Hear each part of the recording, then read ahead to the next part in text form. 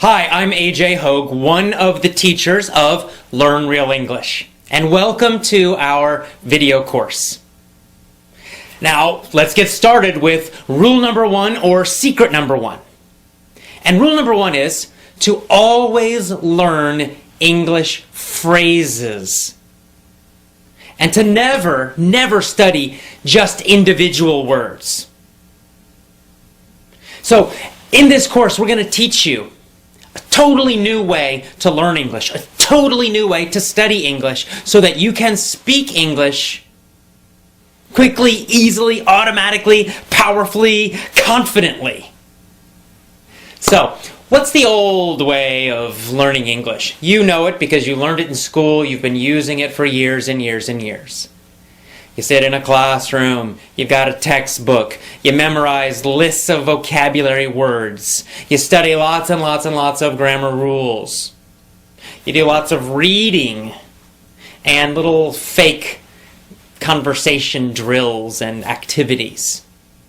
And this is the traditional old way of learning English, but we have a totally new and different way of learning it. And we're going to teach you each part of that, one part every day for a full 7 days. So let's start with part one, secret one, rule number one. Learn phrases, not individual words. Now, of course, a phrase is a group of words. It's a group of words that naturally go together. This is very important. You see, when you only study individual words, you are doing a number of things that make learning difficult. Number one, when you study just an individual word, like a vocabulary, something in a vocabulary list, or even in your notebook, you write one single word and then you write the meaning or the translation. Here's the problem. That word has no connections to anything else. Therefore, it's difficult for your brain to remember it. That's why you have to keep repeating again and again. You look at that list and you try to memorize it. And then the next day you forget, and then you go back and you try to memorize it again, and again, and again, and again, and again, and maybe after a very long time, you might remember it. But most likely, you're going to forget it, especially long term. And yet, that's the way most students are learning English and studying vocabulary. Here's another problem with just learning single words. When you study just single words, you're not learning any grammar. But when you study phrases, you are actually learning grammar. It's a kind of an effortless, easy way to learn grammar. You don't need to think about rules. You don't need to think about anything. And yet, you will be learning correct grammar when you study groups of words instead of phrases. Let me give you an example of this. Let's just, take any phrase like, or I'll go to a simple sentence. He was a bad dog. He was a bad dog. Now, let's imagine that you're a new English student and, the word bad is new for you. Of course, I know you know it, but let's just imagine you go way back to the very beginning, your first year of learning English, and bad is a new word. Now, the normal way of studying that, you would write it down, bad, it would be in a little, a list, and then you would study, bad means not good, bad means not good. You'd probably translate it to your own language. And then after lots and lots and lots of time, maybe you would remember it. Well, using our system, you do something very different. You would write down that whole phrase. He was a bad dog. It's actually a full sentence. Or you could just write down, was a bad dog, or he was a bad dog, whatever. And then every single time you study or review, you would always study the full, complete phrase. You would never just study that word bad. You would study the whole thing. Now, by doing that, you're getting free grammar. How do you know? Well, because first of all, you're getting that verb, was. Right? Was. And that's just going to stick in your brain. He was, he was, he was. You're also learning articles. You don't need to remember what that means. You don't have to even worry about it. And yet you know that it's correct to say, in this situation, a bad dog. He was a bad dog. Some people say a. He was a bad dog. Both pronunciations are correct. So he was a bad dog. He was a bad dog. A lot of students have problems. When do I use or a? When do I not? When do I use the? And you're trying to memorize all these super complicated rules and situations for it. Forget that. It's too complicated. You'll never remember it. Just study phrases, and you'll start to feel when to use it, when it's correct, when it sounds correct, and when it sounds strange, when it's not correct to use those things. And of course, this is true for all grammar, all phrases, all vocabulary. By studying a full phrase, or even a full sentence, always, always, always, you're going to get lots of grammar. You're going to learn which vocabulary words go together naturally, and you're going to know when to use them in which situations. Because sometimes, for example, there might be a situation where there are many words that mean the same thing, and yet we typically use one of them.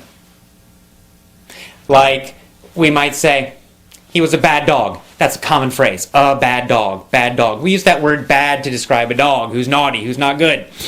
But we don't usually say horrendous. Now, horrendous means super, super bad, really terrible. And yet, we don't usually say he was a horrendous dog. It sounds strange. Even though the meaning is basically correct, yet in normal, real English, not textbooks, but real English, we just don't use that word to describe dogs. Not usually. I don't know why. There's no real rule about it. It's just that's what we usually do. And every language has these kinds of word combinations that are more common, and other word combinations which just aren't used typically. How do you learn that? Well, you can't learn it from any rules, because there are no rules about that. You have to learn it by studying phrases always. Always, always, always study phrases, review phrases. Whenever you learn a new word, don't just write down that individual word. Write down the full phrase, or even better, the full sentence that it's in. Always include the words that are around it. This is going to help you improve your English speaking ability much, much, much faster. Even better, when you write down the phrase, also write down where the phrase came from to remind yourself of the whole situation. So you might, let's say you find a new word in a newspaper article. Well, first of all, let's say the word horrendous.